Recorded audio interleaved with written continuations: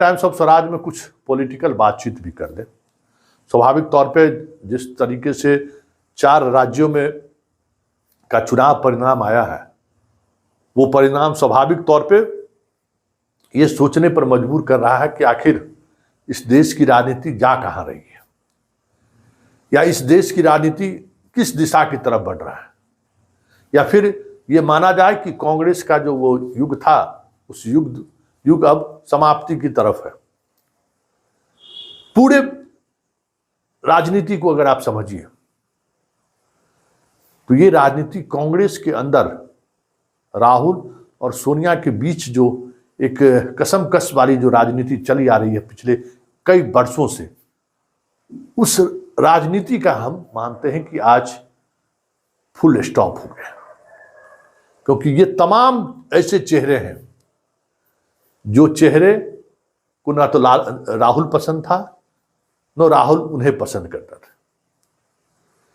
ये तमाम ऐसे चेहरे हैं जो चेहरे कभी न कभी किसी न किसी दौर में मोदी के लिए बहुत ही सॉफ्ट रहा है। ये तमाम ऐसे चेहरे रहे हैं जिनकी वफादारी राहुल के बजाय मोदी से रहा है। ये आपको आश्चर्य लग रहा होगा। मतलब राहुल व्यक्ति की बात नहीं कर रहे हैं, राहुल के आइडियोलॉजी की बात कर रहे हैं। मोदी व्यक्ति की बात हम नहीं कर रहे हैं, आइडियोलॉजी की बात कर रहे हैं। आज मध्य प्रदेश का जो रिजल्ट हुआ, ये मानिए कि मध्य प्रदेश में जो एक घिसा पिटा जो राजनीति चली आ रही थी कांग्रेस के जमाने से, कमलनाथ के हार के साथ ही उस राजनीति का फुल स्टॉप हो गया। अब द इंड, एक ऐसे व्यक्ति पर बार बार कांग्रेस दाव लगा रही थी जिस व्यक्ति का अपना कोई व्यक्तित्व ही नहीं था, बस पैसे थे, इसीलिए उन पर दाव लगाए जा रहे थे। तो जब पैसे रहते हुए जब आप सरकार नहीं बचा सके तो फिर जनता क्यों अपना वोट बर्बाद करे? जनता ने दिखा दिया। जब आप भी बाबा बागेश्वरी धाम के पास जाइएगा, आप भी जब उसी तरीके से एरोगेंसी दिखाइएगा, याद करिए कमलनाथ ने क्या किया था। भारत का गठबंधन जो लोगों ने नाम रखा टीम इंडिया, उसकी पहली रैली भोपाल में होने वाला था। तमाम कांग्रेस के बड़े नेता उस बैठक में मौजूद थे। वेणुगोपाल घोषणा करते हैं कि भोपाल में बैठक होगी और कमलनाथ उस बैठक को रिजेक्ट कर देता है। अखिलेश यादव के बारे में क्या उनका नजरिया था, गौर करिए। किस तरीके से मंदिर मंदिर घूमकर वो पूजा कर रहे थे।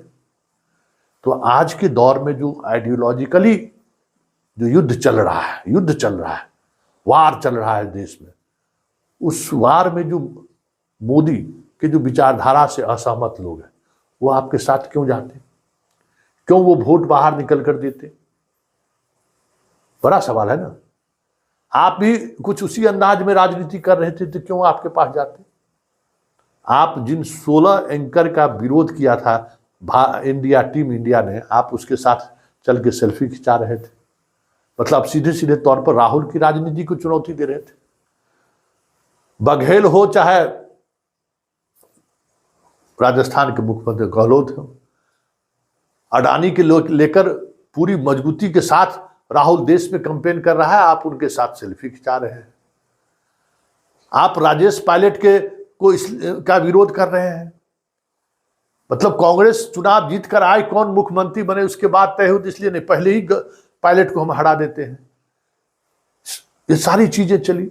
तो जो कांग्रेस के अंदर जो एक सोनियावाद चल रहा था, सोनिया की जो राजनीति चल रही थी, उस राजनीति पर ये फुल विराम है, मतलब फुल स्टॉप है। और अब राहुल की राजनीति चलेगी, जिस राजनीति के सहारे राहुल ने कर्नाटक में सरकार बनाने में कामयाब रहा, हिमाचल में कामयाब रहा और अब तेलंगाना में कामयाब है। और ये संकेत है कि देश बदल रहा है, देश युवाओं के साथ चलना चाहता है। इस घिसी पिटी राजनीति में अब आज के युवा को भरोसा नहीं रहा। और इसलिए 2024 की जब लड़ाई होगी तो एक तरफ राहुल होंगे, दूसरी तरफ मोदी होंगे, और तब ये बात तय होगा कि देश किसके साथ है, किन विचारधाराओं के साथ। क्योंकि कांग्रेस अभी तक बीजेपी से नहीं हारी है, कांग्रेस से हारी है। आप 2014 की राजनीति से आप अभी उठा लीजिए, नरेंद्र मोदी को स्थापित करने वाले कांग्रेसी, कांग्रेस चुनाव हारे, हराने वाले कांग्रेसी। सभी राज्यों में आप देख लीजिए, जहां कहीं भी कांग्रेस के देख लीजिए, हराने वाला कांग्रेसी, हारने वाला भी कांग्रेसी। बीजेपी से तो लड़ाई लड़ी ही नहीं है कांग्रेस कभी। हमेशा कांग्रेस जो है कांग्रेस से लड़ती रही और बीजेपी रास्ते से निकलता रहा। तो ये हार हमें लगता है कि उस राजनीति का अंत है जिस राजनीति को सोनिया गांधी प्रोटोनेज देता था। मतलब एक आ रहा है, पारिवारिक रिश्ते हैं तो चलिए राजनीति में बने रहिए, चलते चलिए। वो जो संघर्ष वाली जो राजनीति थी, जिस राजनीति का नेतृत्व राहुल कर रहे हैं, वो राजनीति इस परिवारवाद वाले लोगों के आमने सामने टिक नहीं पाता था। कहीं न कहीं से कोई न कोई इसके रहनुमा मिल जाते थे।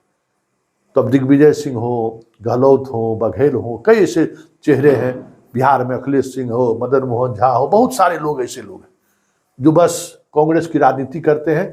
कांग्रेस खड़ा हो, इसकी राजनीति कोई नहीं करता है।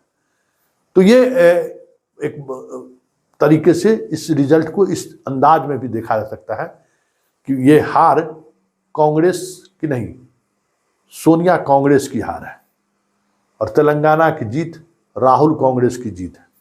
ये इंडिया गठबंधन के साथ भी जो जहां कहीं भी जीत हुआ, आप गौर करिए, सारे के सारे सोनिया कांग्रेस के वो प्रतिनिधि हैं जो मलाई खाने में ज़्यादा भरोसा रखते हैं, क्योंकि उसने संघर्ष झेला ही नहीं।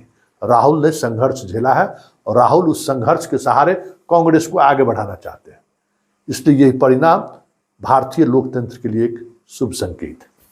पर जो भी मैंडेट आया है जनता का, मैंने पहले ही कहा, जनता माई बाप है। लोकतंत्र में जो भी फैसला आएगा उसको हम विद ह्यूमिलिटी स्वीकार करेंगे, और नई सरकार जो बनेगी उसको हमारी शुभकामनाएं हैं। अच्छे काम करके दिखाएं, ये हमारी भावना रहेगी उनके साथ में, पूरा सहयोग रहेगा उनके साथ में। क्या कह रहे हैं को हर घर तक नहीं पहुंचा पाए, मैसेज नहीं दे पाए? ये लगता है कि जो स्कीमें शानदार थी हमारी, कानून हमने ऐतिहासिक बनाए, पूरे देश में चर्चा उसकी है। स्कीमें ऐसी बनाई जो पूरे देश में चर्चा हो रही है। पहली बार राजस्थान की चर्चा हिंदुस्तान के हर राज्य में होती है, और गारंटी हमने दी वो शानदार थी। उसके बावजूद भी जो नतीजा आए हैं तो चौंकाने वाले। क्या मानते हैं ऐसे नतीजे?